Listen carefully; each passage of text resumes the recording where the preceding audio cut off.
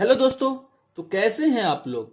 आज का वीडियो आप लोगों के लिए बहुत ही महत्वपूर्ण होने वाला है, क्योंकि छात्रों का सबसे बड़ा प्रॉब्लम होता है आंसर राइटिंग कि कैसे लिखें, शुरू कैसे करें, कहाँ पे पॉइंट्स में आंसर लिखें और कहाँ पे डायग्राम बनाकर आंसर लिखें। ये सभी प्रॉब्लम के लिए जो सॉल्यूशन है वो आपके लिए इस बार जो हिंदी माध्यम के जो टॉपर है रवि कुमार सिहाग, है ना, जिनका रैंक जो आया है 18 आया है 2021 के यूपीएससी एग्जाम में।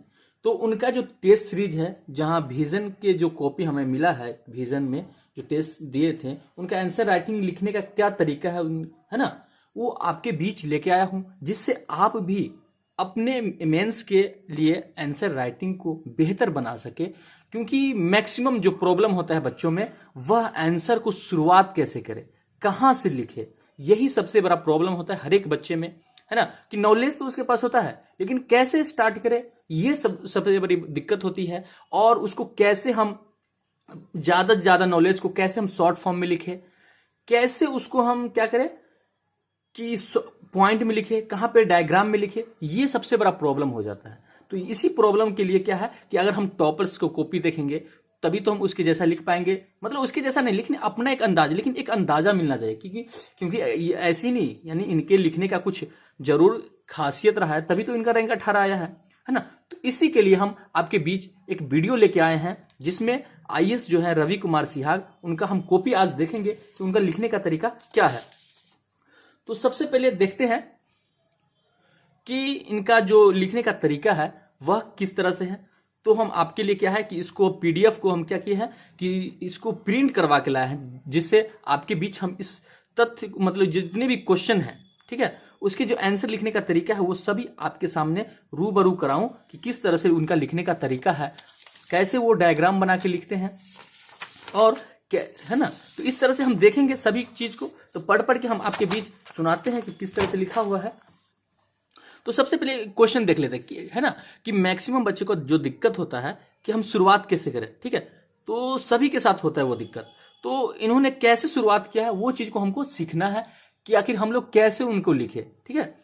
तो कह रहा है कि जैसे क्वेश्चन है कि विस्तृत तट रेखा और अनेक जलमार्गों के बावजूद भारत रेल और सड़क परिवहन प्रणाली से जलमार्गों की दिशा में महत्वपूर्ण प्रणालीगत परिवर्तन मोड शिफ्ट करने हेतु अपनी क्षमता को सार्थक करने में क्यों असमर्थ रहा है। क्वेश्चन पढ़ के कुछ बुझाया, कुछ नहीं बुझाया, ठीक है ना। क्योंकि समझ में नहीं आता कि आखिर ये क्वेश्चन है, अब शुरुआत कहां से करें, है ना। तो उन्होंने जो शुरुआत किया है वो कैसे शुरुआत किया है देख सकते हैं आप, कि कह रहा है कि भारत में 750 किलोमीटर लंबी तट रेखा होने के साथ साथ गंगा, ब्रह्मपुत्र, गोदावरी आदि विस्तृत नदी तंत्र विद्यमान है।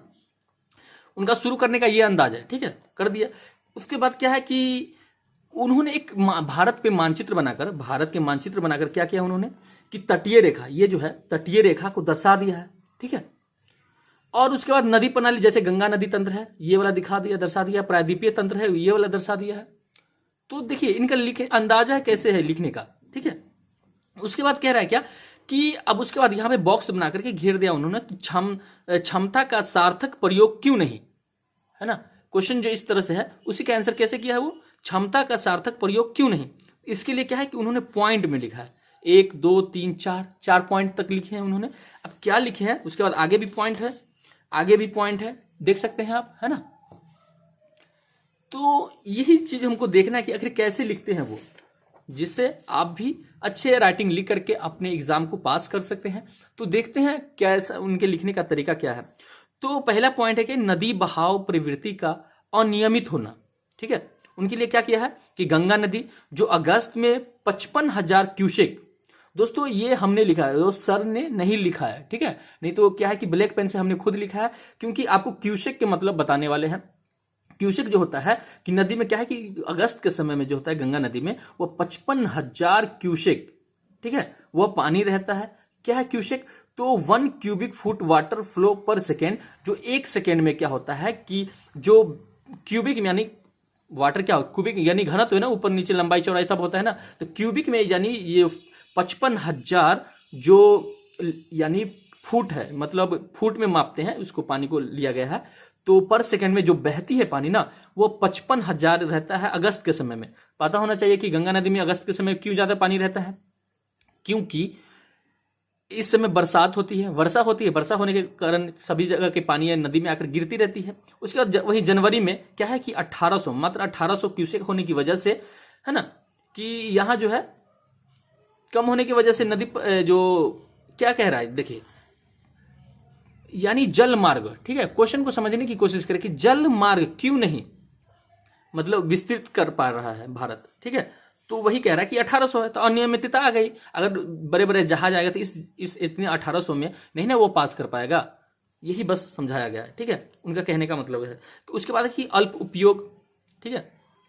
तो कुल माल का 70 से 80% सड़क मार्ग व 18% जो है रेल मार्ग द्वारा होता है। अब हुआ ये कि चलो मान लिया जाए कि तटीय रेखा से जो नदियां बहती है हमारे देश में, भारत में, बना दिया जाएगा, ठीक है, विस्तृत कर दिया जाएगा, जहाजों को लगा रख दिया जाएगा। लेकिन क्या है कि सबसे ज्यादा जो माल बनते हैं, कच्चे माल होते हैं, उनका जो यानी जो ट्रांसपोर्ट होता है वह 70 से 80% तो सड़क मार्ग से हो जाता है, 18% रेल मार्ग से हो जाता है, कुछ जो बचा है 1 से 2%। तो 1 से 2% के लिए वो उतना खर्च करेगा, ठीक है। इसी के लिए क्या है, ये अनियमितता है ना। तीसरा उन्होंने क्या लिखा है कि मल्टी मॉडल कनेक्टिविटी नीति व योजना का अभाव, ठीक है, मल्टी मॉडल कनेक्टिविटी नीति व योजना का अभाव, इस तरह से उन्होंने लिखे हैं। अंतर्राज्यीय विवाद, है ना, एवं समन्वय का अभाव। अब अंतर्राज्यीय जो विवाद है उसकी वजह से भी जल मार्ग का ये है विस्तृत नहीं हो पाया है। अब जिसमें क्या है कि अंतर्राज्यीय जो विवाद है उसमें कौन सी विवाद है, तो वो भी देख लेते हैं। क्या है कि जैसे कावेरी नदी का जो एक मुद्दा चल रहा है, क्या है, कर्नाटक व तमिलनाडु के बीच जो विवाद है, आपको पता ही होना चाहिए। उसके बाद है कि 5वां पॉइंट है कि शिप बिल्डिंग सेक्टर का अल्प विकसित होना, ठीक है। छठा क्या है, छठा पॉइंट कि नदी गहराई में कमी होना, बिल्कुल कहीं पे ज्यादा है, कहीं पे मतलब आपको पता ही होना चाहिए कि हमारे भारत जो है पठारीय, पर्वतीय और मैदानी में है। तो कहीं पे क्या है कि नदी जो बहती है कहीं पे ज्यादा गहरा है, कहीं पे ऊंचा है, इस तरह से यह अनियमितता के कारण, है ना, जल मार्ग का ज्यादा विकास नहीं हो पाया है। अब संरचनात्मक बाधाएं कौन कौन सी है प्रायद्वीपीय भारत में, कठोर चट्टाने, निष्कर्षण व खुदाई कठिन होने की वजह से जल मार्ग का ज्यादा विकास नहीं किया जा रहा है। आगे की राह क्या हो सकती है, तो जिसमें पहला पॉइंट है ये भी आगे की राह, देखो आगे की राह को क्या किया है, घेर दिया उन्होंने, ठीक है। और ये भी एक चीज देखें कि इन्होंने अंडरलाइन किया है, जो महत्वपूर्ण पॉइंट है, क्या है कि जो आप यहां भी देख सकते हैं कि क्या है कि जो महत्वपूर्ण पॉइंट है उसको क्या है, क्या अंडरलाइन कर दिया है, ठीक है, यहां भी। तो इस तरह से आप भी आंसर लिखने की कोशिश करें कि अंडरलाइन भी करें, जो मेन पॉइंट रहता है ना उसको अंडरलाइन कर दे। जैसे आगे की राह क्या है कि 1, 2, 3, इसमें 3 पॉइंट लिखे उन्होंने। तो योजना व नीति, ठीक है, जैसे एकीकृत व समन्वित, जिसमें क्या है कि राष्ट्रीय जलमार्ग विकास परियोजना। दूसरा पॉइंट है कि तकनीकी विकास, इसके लिए क्या है, गहराई मापक संवेदकों का विकास होना चाहिए। तीसरा पॉइंट है कि अंतरराज्यीय समन्वय, इसके लिए नीति आयोग व अंतरराज्यीय परिषद में संवाद होना चाहिए, ठीक है। उनके बाद क्या है कि एक सबसे बड़ा और प्रॉब्लम होता है क्या बच्चों में, कि वह इंड कैसे करे, ठीक है, शुरू कर लिया, बीच में भी लिख दिया, लेकिन अंत में हम कैसे निष्कर्ष लिखे, सबसे बड़ा दिक्कत ये भी है, ठीक है। तो उन्होंने क्या किया है, अंत कहते क्या है, तो उपर्युक्त प्रयासों के साथ पीएम गति शक्ति जैसे मशीनों के द्वारा अंतरराज्यीय व अंतर प्रणाली समन्वय से मल्टी मॉडल अवसंरचना का विकास व यूरोपीय देशों राइन नदी तंत्र से सीख लेना समय की मांग है। तो इस तरह से उन्होंने इंड कर दिया ये क्वेश्चन को। अगला क्वेश्चन देखते हैं। अगला प्रश्न क्या है कि भारत की समृद्धि क्षमता संबंधी अवरोधों को विक्रमित करने के लिए एक राष्ट्रीय अवसंरचना, वित्त पोषण और विकास बैंक की स्थापना के कदम की अपनी स्वाभाविक चुनौतियां होंगी। चर्चा कीजिए। क्वेश्चन का क्या है, देख के समझ नहीं आ रहा ना कि क्या करें, इसमें शुरुआत कैसे करें। तो देखिए सबसे पहले क्या कि भारत की समृद्धि क्षमता संबंधी अवरोधों को विक्रम करने के लिए एक राष्ट्रीय अवसंरचना, वित्त पोषण और विकास बैंक की स्थापना के कदम की अपनी स्वाभाविक चुनौतियां होंगी। चर्चा कीजिए। तो उन्होंने शुरुआत कैसे किया है, देख सकते हैं कि हाल ही में सरकार द्वारा राष्ट्रीय अवसंरचना, वित्त पोषण व विकास बैंक की स्थापना को मंजूरी दी है, ठीक है। ताकि वित्तीय व गैर वित्तीय कार्यों के साथ अवसंरचना क्षेत्र को मजबूत बनाया जा सके। उन्होंने क्या किया, शुरुआत इस तरह से किया है। ठीक है, अब जहां जहां पे अवसंरचना था, मजबूत था और मंजूरी थी, उन्होंने क्या किया, अंडरलाइन कर दिया है, जिससे क्या है कि परीक्षक को वहां सीधे नजर जाए कि हाँ जो पॉइंट है। ठीक है, उसके बाद क्या क्या कि जरूरत, इसके लिए क्या क्या जरूरत हो सकती है, तो जरूरत को क्या क्या डायग्राम बना दिया है। ठीक है, डायग्राम नहीं, एक लिख करके इस तरह से पॉइंट में अलग अलग दर्शा दिया है कि देख सकते हैं यहाँ पे एक है, ये दूसरा पॉइंट, तीसरा पॉइंट, चौथा पॉइंट, पांचवा, है ना, इस तरह से 5 पॉइंट को उन्होंने दर्शाया है। तो किस तरह से लिखा है, जैसे अन्य फंडों, बीमा, पेंशन की सीमाएं हो गया, इधर आ गया कि दीर्घावधिक वित्त पोषक व खतरा अधिक। उसके बाद है कि इधर एक पॉइंट लिख, है ना, क्या है कि आर्थिक सर्वेक्षण 2018 अवसंरचना में 2030 तक 4.5 ट्रिलियन यूएस डॉलर निवेश की जरूरत। उसके बाद है कि बैंकों का बढ़ता एनपीए, और अगला है कि निजी प्रतियोगी की जो अनिच्छ, है ना, इस तरह से उन्होंने क्या किया है ये। उसके बैंकों के समक्ष चुनौतियां, अब बैंकों के समक्ष कौन कौन सी चुनौतियां हैं उन्होंने किस तरह से दर्शाया है, देख सकते हैं कि 1 2 3 पॉइंट में, 4 जो है 4 5 पॉइंट में उन्होंने लिखे हैं, क्या है ना, देख सकते हैं कि 5 पॉइंट है। तो देखते हैं सभी पॉइंट को अलग अलग से, कि जैसे कि अवसंरचना का प्रभावी विश्लेषण व भविष्य की लाभप्रदता की जांच कठिन कार्य है, पहला पॉइंट हो गया। दूसरा पॉइंट उन्होंने क्या लिखा है कि सेक्टर आधारित असमानता, जिसमें क्या है कुछ सेक्टर को अधिक ऋण मिलना, ये भी एक कारण है, चुनौतियां हैं। ठीक है, तीसरा पॉइंट है कि विशेष पेशेवरों की कमी का मुद्दा है। ठीक है, अब अगला पॉइंट देखते हैं, चौथा पॉइंट क्या है, उन्होंने किस तरह से लिखे कि भारत की क्रेडिट रेटिंग का मुद्दा कम होने से विदेशी निवेश मिलना कठिन है ना। तो ये देख सकते हैं लिखने का तरीका क्या है उनका। उसके बाद कि 5वां में लिखे कुछ अन्य मुद्दे हैं, जिसमें लिख दिए हैं कि भूमि अधिग्रहण की जटिल प्रक्रिया, पर्यावरणीय विनिमयन व मंजूरिया। अगला पॉइंट लिखे कि अवसंरचना क्षेत्र परियोजनाओं के लंबित नाद न्यायालय में।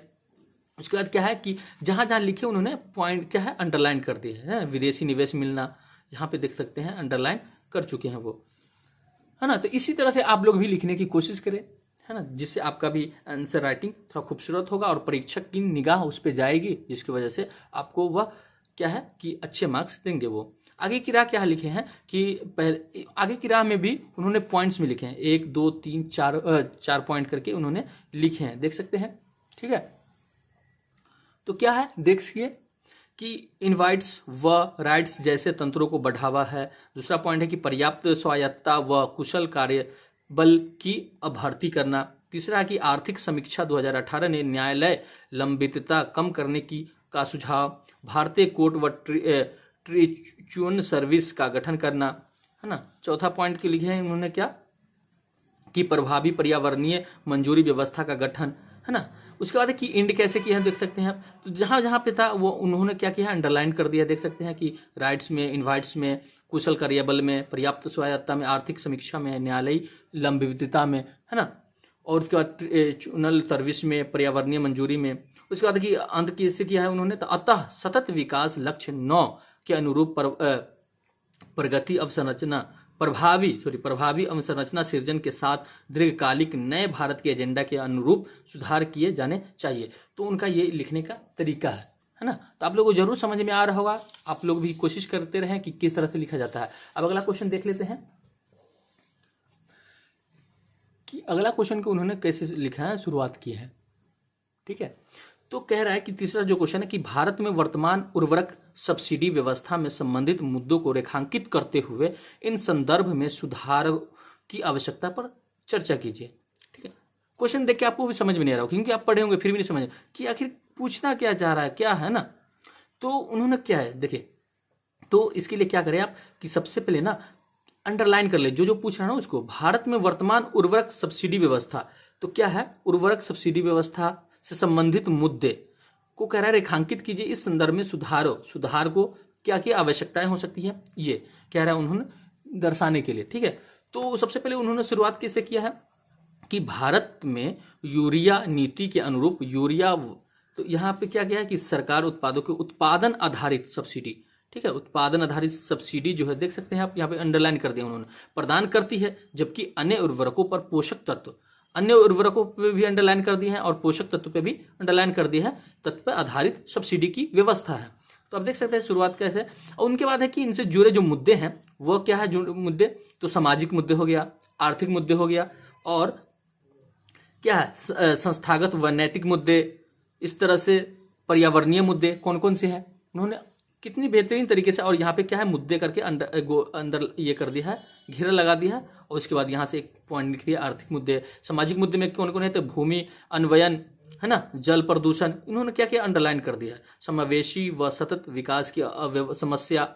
इस तरह से उन्होंने आर्थिक मुद्दों में क्या लिखे हैं उन्होंने कि बढ़ता सब्सिडी बिल है ना, 60,000 करोड़ रुपए, अन्य अवसंरचनात्मक में उन्होंने अंडरलाइन कर दिया है। तो पर्यावरणीय मुद्दे में देख सकते हैं कि सब्सिडी, सस्ते उर्वरक अधिक उपयोग, जिसके वजह सबसे सस्ते उर्वरक के कारण अधिक उपयोग हो रहा है ना, जल व भूमि प्रदूषण, N2 गैस है उर्वरक, जिसके कारण क्या है ग्रीन हाउस गैस का उत्सर्जन हो रहा है। उसके बाद भूमि की अम्लीयता में वृद्धि की समस्या हो रही है, ठीक है। उसके बाद संस्थागत व नैतिक क्या है कि मुद्दे कौन कौन से हो सकते हैं, तो अधिक उपयोग को बढ़ावा, लीकेज व अन्य देशों जैसे नेपाल, अन्य उद्योग, अमेरिका, तो इन्होंने इस तरह से लिखे हैं। उसके बाद अगला क्या है कि इसमें अब क्या है कि क्वेश्चन में देख सकते हैं कि इसके लिए सुधार की आवश्यकता, तो क्या किया उन्होंने कि आप देख सकते हैं सुधार है ना, सुधार के लिए क्या किया, सुधारों की सब प्रयास करने के लिए, तो उनको सबसे पहले अंडरलाइन कर दे, अति घेरा कर दिए, ठीक है। सीधे परीक्षा की नजर जाएगा इस पे कि हाँ सुधारों के प्रयास कौन कौन से हैं, तो 1 2 उसके बाद 3 4 5 पॉइंट में उन्होंने सुधार के प्रयास लिखे हैं, है ना। तो जैसे कि पहला है कि प्रत्यक्ष लाभ अंतरण, ठीक है, तो को पूर्णतः लागू किया जाना चाहिए। उसका दूसरा पॉइंट कि ओपन सब्सिडी के लिए, इस तरह से उन्होंने क्या है देखे। उसके बाद इसमें 3 पॉइंट है, 3 पॉइंट वो लिख दिए हैं। उसके बाद तीसरा पॉइंट है नीम एकोडेड यूरिया, तो इस तरह से उनका लिखने का तरीका है। उसके बाद जो अंत किया कि अतः उपयुक्त उपायों से सतत कृषि, तो जहां जहां पॉइंट था ना वहां उन्होंने क्या किया अंडरलाइन किया है, तो इस तरह से देख सकते हैं। उसके बाद अगला क्वेश्चन क्या है कि अगला क्वेश्चन आप देखेंगे तो समझ में नहीं आएगा, ठीक है।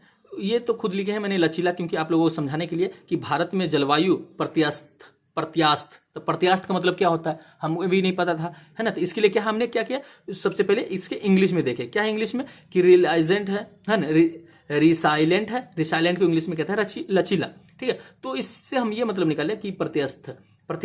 तो आपको ये भी ध्यान में रखना होगा कि इसका इंग्लिश भी हमको थोड़ा मोड़ा ध्यान रखना होगा। हिंदी मीडियम वाले के प्रॉब्लम क्या होता है कि बहुत दिक्कत होता है ना, कि उनका ट्रांसलेशन अलग आ जाता है, तो इस वजह से कुछ दिक्कतें आती है, तो आपको हल्का फुल्का हिंदी भी ध्यान देना होगा, है। तो अब क्या कह रहा है कि भारत में जलवायु प्रत्यास्थ कृषि की आवश्यकता की पहचान करते हुए चर्चा कीजिए कि इसे कैसे प्राप्त किया जा सकता है। क्या है क्वेश्चन, नहीं समझे? नहीं, भारत में जलवायु प्रत्यास्थ को अंडरलाइन कर दिए, कृषि की, किसकी, कृषि की आवश्यकता की पहचान करते हुए, जो कृषि में जलवायु प्रत्यास्थ है कि क्या आवश्यकता है उसके बारे में कह रहा है, चर्चा करने के लिए, और इसे कैसे प्राप्त किया जा सकता है उनके बारे में कह रहा है। तो उन्होंने स्टार्टिंग कैसे किया कि जलवायु प्रत्यास्थ कृषि से तात्पर्य है, ठीक है, जलवायु प्रत्यास्थ कृषि से तात्पर्य है, इनको जो अंडरलाइन हम किए हुए हैं उनको किस तरह से लिखे हुए हैं, तात्पर्य फार्मिंग की ऐसी विधि से है जिसमें जलवायु है ना विशिष्ट अनुप्रयोगों के द्वारा उत्पादकता, लचीलापन, अनुकूलन में वृद्धि की जा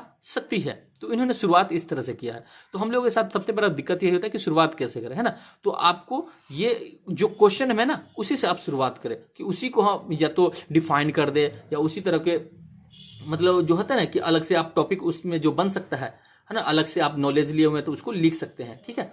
तो शुरुआत बेहतर तरीके से होना चाहिए आप लोगों के। उसके बाद है कि इसके लिए जो आवश्यकता को क्या किया है, घेरा कर दिया है। उसके बाद कितने पॉइंट है, 1 2 3, और उसके बाद क्या है, इधर भी देख सकते हैं कि इधर भी एक 4 है ना, 4 पॉइंट तक इन्होंने लिखे हैं। तो देख सकते हैं कि क्या है कि इसके लिए क्या है कि आर्थिक जरूरत कौन कौन सी हो सकती है, तो आर्थिक जरूरत के बारे में दर्शा दिया है। उसके बाद पर्यावरणीय जरूरत को अंडरलाइन कर दिए हुए हैं, है ना। उसके बाद एक तीसरा है कि राजनीतिक जरूरत कौन कौन सी है, उनको भी अंडरलाइन कर दिया उन्होंने, ठीक है। तो जैसे आर्थिक जरूरत में क्या, अधिक समीक्षा 2019 के अनुसार जलवायु परिवर्तन से किसान आय में 15 से 20% की कमी होने की संभावना है ना। दूसरा कि पर्यावरणीय जरूरत में हालिया पृथ्वी विज्ञान मंत्रालय रिपोर्ट के अनुसार 1951 से 2015 के मध्य तापमान में क्या है कि 0.7 डिग्री की वृद्धि हुई है। उनका लिखने का तरीका देख सकते हैं, है ना। उसके बाद क्या है कि उसके बाद जो 4 पॉइंट इधर हो गया, उसके बाद क्या रहा है कि प्राप्त करने के उपाय। आप क्वेश्चन देखे थे ना, इनके प्राप्त कैसे किया जा सकता है, क्वेश्चन देख सकते हैं कि प्राप्त कैसे किया जा सकता है। तो उनके प्राप्त करने के उपाय क्या किए हैं, उसको है ना घेरा कर दिए हैं। घेरा लगाने के बाद उसके बाद जो अगला पॉइंट मतलब प्राप्त करने के उपाय में उन्होंने भी पॉइंट से लिखे हैं, जैसे नवचारी पद्धति प्रयोग, संस्थागत तंत्र व नीति व्यवस्था, तकनीकी हस्तक्षेप और किसान पक्ष। इस तरह से उन्होंने यह क्वेश्चन को सोल्व किए हैं, ठीक है। तो इस तरह से देख सकते हैं। बस हम आपके बीच ना तरीका के लिए लेके आए हैं कि किस तरह से आप लिखें। उसके बाद देखिए अगला क्वेश्चन है क्या कि मेगा फूड पार्को, है ना, MFPS जो है, इस तरह से खाद्य प्रसंस्करण क्षेत्रों के लिए एक महत्वपूर्ण चरण, गेम चेंजर समझा गया था, लेकिन उनकी प्रगति अभी भी अवरुद्ध हो चुकी है। क्यों है, तो इस MFP जो है CPC, तो इनके बाद क्या है कि उन्होंने क्या किया है कि देख सकते हैं कि डायग्राम बना करके उन्होंने सब कुछ अलग दर्शा दिया कि परीक्षक सीधे नजर जाएगा कि हाँ सभी चीज के उन्होंने दर्शाया है, पैराग्राफ में पूरे नहीं लिखे हुआ है, ठीक है। तो उन्होंने शुरुआत कैसे किया कि प्रधानमंत्री किसान संपदा योजना के तहत हब एंड स्पोक मॉडल के तहत मेगा फूड परियोजना का क्रियान्वयन किया जा रहा है। तो लिखने का अंदाजा देख सकते हैं आपकी शुरुआत कैसे कर रहे हैं, बीच में उन्होंने कैसे पॉइंट को दर्शा रहा है, आखिरी में कैसे लिख रहे हैं, तो ये सब चीजें आपको सीखना होगा, ठीक है। उसके बाद देख सकते हैं कि उन्होंने किस तरह से फिर 38 में से केवल 22 पार्क संचालित हुए, उसके बाद 1 2 3 4 5 करके सभी पॉइंट को लिखे हुए हैं, ठीक है। और जो जो महत्वपूर्ण है उसको अंडरलाइन कर दिए हुए हैं। और उसके बाद आगे की राह किया है, तो आगे की राह के लिए देखिए कैसे उन्होंने पॉइंट में दर्शा दिए हुए हैं, ठीक है। उसके बाद जमीन का ऋण की स्वीकृति देना, कठोर समन्वय लचीलापन, इस तरह से उन्होंने उसके बाद अंत कैसे किया कि अन्य स्तरों पर ड्राफ्ट खाद्य प्रसंस्करण नीति, इस तरह से उन्होंने अंत किया। जहां जहां पॉइंट था वहां वहां उन्होंने अंडरलाइन कर दिया है। तो आप के बीच लाने का यही मकसद है मेरा। अगला क्वेश्चन देख सकते हैं कि इन्होंने किस तरह से डायग्राम के साथ उन्होंने लिखे हैं, ठीक है, क्वेश्चन को। बस जहां पे क्या है कि पॉइंट डायग्राम पैराग्राफ में, तो पैराग्राफ में उन्होंने लिखे, लेकिन ये भी क्या है पॉइंट में लिखे हैं। तो बस यही है कि आपके बीच हम लाए हैं, जो देख सकते हैं किस तरह से उनका लिखने का तरीका है कि जहां जहां अंडरलाइन करना है, जहां जहां घेरा लगाना है वहां वहां घेरा लगा देते हैं, ठीक है। तो इस तरह से आपके बीच लेके आए हैं। अगर वीडियो पसंद आए हो तो जरूर वीडियो को लाइक करें और अपने दोस्तों के बीच भी शेयर करें, जिससे यह उन्हें भी फायदा हो सके। जैसे देख सकते हैं कि ये भारत का नक्शा बना दिया, उनके बाद जो जो पॉइंट है इनसे दर्शा गए हैं, है ना। देख सकते हैं किस तरह से उन्होंने लिखने का तरीका है, देख सकते हैं, ठीक है। किस तरह से कहाँ कैसे पूरे आप क्या है कि हिंदी मीडियम के ज़्यादा बच्चे जो यूनिवर्सिटी में पढ़ते हैं, क्या है यूनिवर्सिटी में बस पैराग्राफ में आंसर लिखना होता है, तो उस तरह से नहीं लिखना है कि कम शब्दों में कैसे ज़्यादा बातों को लिख देना है। उनको बस ध्यान में रखना है आपको, कैसे कहाँ पे गोल की जरूरत है, कहाँ पे पाई चार्ट है ना, पाई चार्ट की जरूरत है, पाई चार्ट के माध्यम से दर्शाना है। बस परीक्षक को आकर्षित करना है, ठीक है। परीक्षक को कैसे आकर्षित करें और कैसे हमारी वह जो मेन पॉइंट है उस पे नजर उसको कैसे जाए और ज्यादा से ज्यादा नंबर दे सके वो। तो इनके लिए क्या किया उन्होंने, देख सकते हैं आप, है ना। तो इस तरह से तो वीडियो कैसा लगा हमें कमेंट करके जरूर बताएं। तो अगर चैनल पे नए हैं तो चैनल को जरूर सब्सक्राइब कर ले, जिससे मेरे आने वाली हर वीडियो आप तक पहले पहुंचे। तो आज के लिए इतना ही, मिलते हैं अब नेक्स्ट जो अन्य कोई टॉपर का या रवि कुमार सिन्हा के अगला जो कोई कॉपी होगा वो लेकर वीडियो लेकर हम आपके बीच आएंगे। तो आज के लिए इतना ही, जय हिंद।